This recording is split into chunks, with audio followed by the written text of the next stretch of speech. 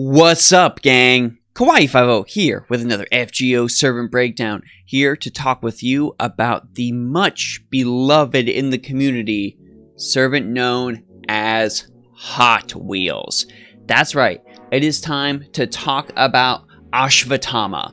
We're going to be going over all of Asvatthaman's stats, Asvatthaman's deck, command codes, craft essences, everything you need to know to make this 4-star archer a powerful cornerstone of your team, the likes of which has not been seen since release day EMEA.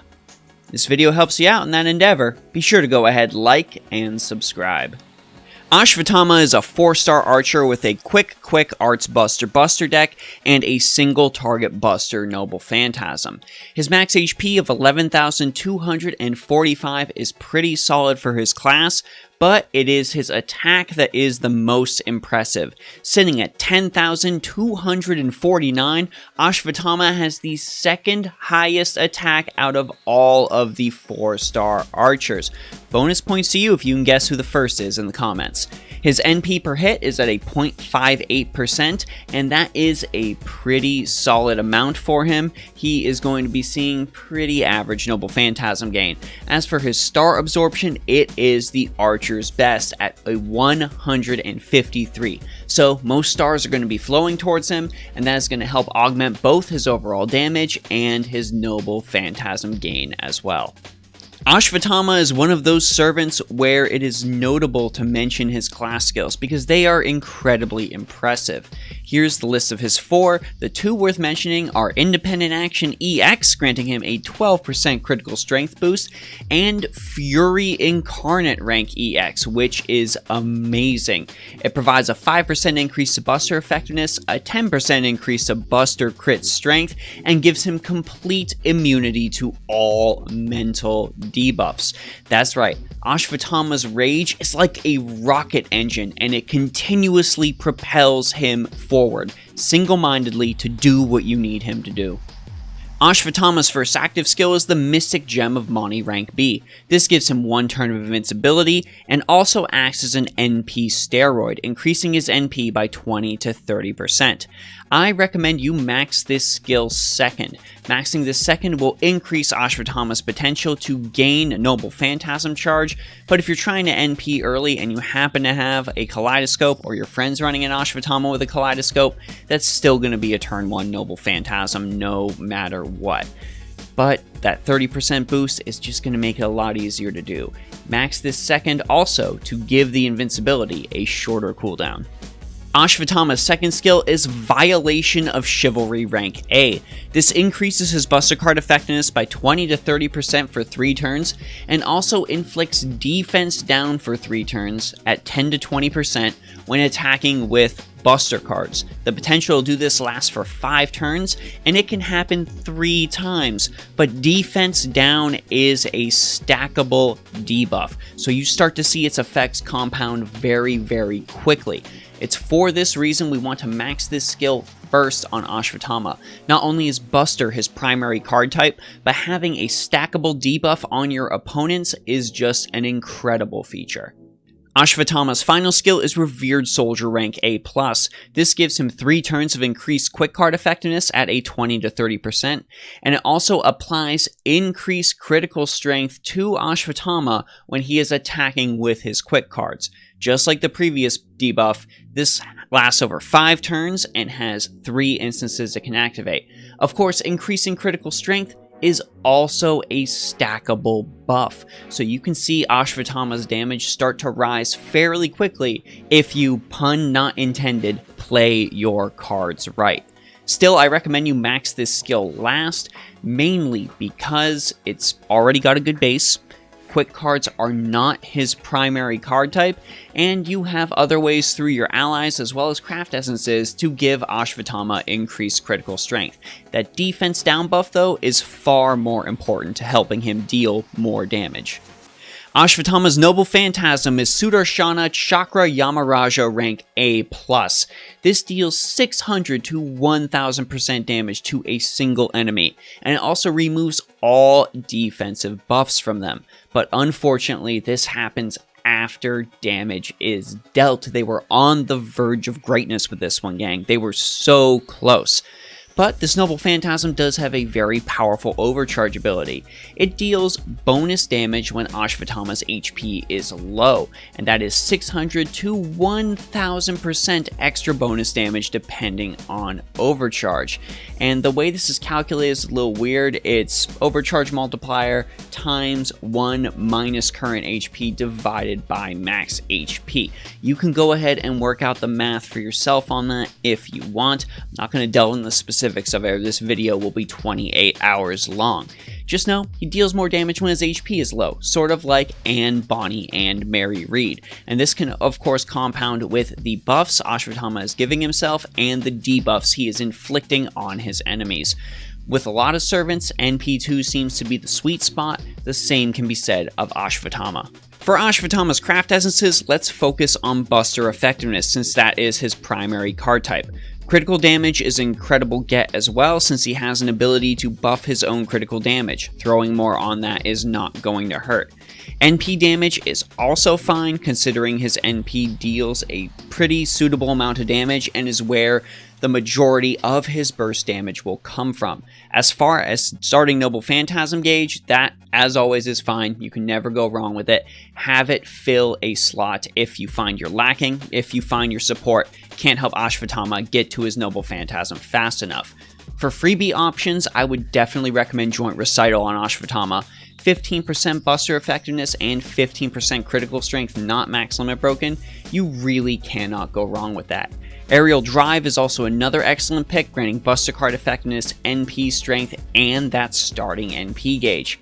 We're starting to get into other territory. I do like Hero on the Beach on Asvattama. This has Buster card effectiveness and critical strength, but it also provides a very low amount of critical stars per turn. This at the bare minimum gives Asvattama something to work with or supplements his support's Noble Phantasm. Stars gained per turn. I'm just so excited about Asvattama, gang. Speaking of exciting craft essences, let's talk about Starry Nights. This grants Buster card effectiveness, critical strength, and that starting NP gauge. Truly a fantastic and exciting craft essence all around. Asvattama's best supporter completely hinged on his Noble Phantasm type, and since it is Buster, we've of course got to go with the Buster supporters, like your Merlin, like your Nightingale, like your budget waiver Helena Blavatsky, or even just waiver himself if you want a general attack boost. But this doesn't mean there aren't other servants that you can pair Asvattama with. There's a lot of weird out there supporters and weird out there debuffers that are able to function very, very well with Asvattama, and I really feel like they're worth mentioning, so that's who we're going to cover in the ally section. There is a very easy freebie option to pair Asvattama with in the form of Santa Nightingale. Santa Nightingale is an archer, so odds are if your enemies are weak against Asvattama, they are weak against Santa Nightingale. And the buffs she's able to provide Asvattama with are very potent. She can give him guts, she can give him an NP strength boost, she can give him an attack boost and a critical strength boost, as well as recover his HP. Her Noble Phantasm can also provide some sort of debuff support in the form of a defense decrease on all enemies. This Noble Phantasm can also remove all your enemies' offensive buffs. I know some people look at this and say, but this is going to remove debuffs. Don't I want Asvattama to debuff my enemy with defense down? Her Noble Phantasm only removes ailment debuffs, so that's Curse, Burn, and Poison. You are able to use Asvattama's defense down debuff without restraint with Santa Nightingale on your team. As always, when it comes to beginning of the fight burst damage, very few do it better than Chiron. Chiron's Eternal Dedication rank EX is able to provide Asvattama with a very powerful critical damage boost, as well as a few critical stars. What is the main star here is always Wisdom of the Divine Gift rank A+, which will give him Arts, Quick Card, and Buster Card effectiveness for 3 turns right out of the gate. Why do I say right out of the gate with this? Because the prevailing strategy with Chiron is to send him into your front line with a craft essence that immediately grants you a bunch of critical stars. blow all of his debuffs, and then sub him into the backline for a different supporter. This is a very easy way to get a lot of quick early game damage against any boss that you're fighting. Asvatthaman is a quick and buster type servant, so it makes sense that he is an incredible pairing with Osakabe Hime, whose Noble Phantasm now provides buster card as well as quick card effectiveness. She's also able to increase Asvatthaman's max HP and defense, granting him some more survivability outside of his singular invincibility boost. She's also got the ability to charge his NP gauge a little bit, increase his critical star drop rate, and decrease the enemy's defense for one turn while removing buffs, again granting another way to give Asvatthaman a little bit of burst damage. Now, I was specifically looking for defense reduction to help Asvatthaman, so no surprise, Sherlock Holmes is going to be on the list. Elementary, my dear, decreases all the enemy's defense, gives your allies ignore invincible and ignore defense, which, I remind you, Asvatthaman cannot provide himself, and also will increase his critical strength by 50 to 100%. Based on the level of overcharge. So there is a very, very good way to get Asvatthaman a powerful follow-up turn of 75% increased critical strength if you chuck this at the end of a long Noble Phantasm chain. You'll be sacrificing a little bit of Noble Phantasm damage when you do this, but just remember, you're going to be paying that damage back next turn in the form of powerful critical damage. If you've got the stars, go ahead and go for it. And Holmes can generate those stars with his first Gift of Insight skill. This does decrease arts resist, which isn't as big a deal for Asvatthaman, but it's the stars that you want. And for a final ally, since Asvatthaman is able to provide bonuses to his Buster and Quick cards, we want those cards available whenever possible for as long as possible. So of course it's great to pair him with the Queen of Card Manipulation, Summer BB. Summer BB's Faceless Moon skill is still an incredibly powerful tool in any master's arsenal.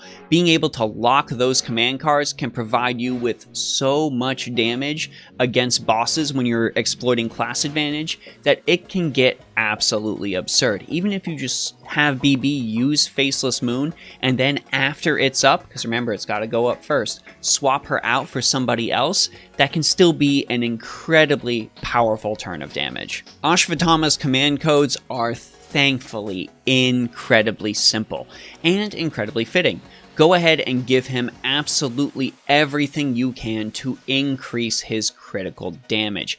Increasing his critical damage is going to help you see the highest amount of bonus DPS. See, Asvatthaman is a sustained damage dealer. He's not super good at burst. In order to up his sustained damage, you want constant stars flowing, and you want him to be able to use those stars to deal critical damage. This can overall help you get better burst turns, and overall just increase your overall damage in longer fights. So look for things like Mistress of the Heavens for his Buster card, or non-existent Phantasmal Force for his Quick card. Really, anything you can give Asvatthaman that increases critical damage is going to be an absolute win.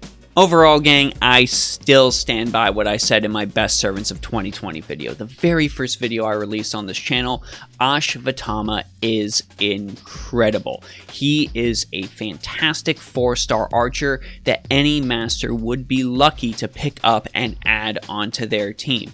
Every single boost that he gets is stuff that perfectly complements the archer's toolkit. He does have a couple of unfortunate fallbacks. I'm sure you'll see some people out there saying that, you know, his invincibility is tied to his NP steroid. But a lot of servants have that issue, and they still do that super fine. They still survive super fine.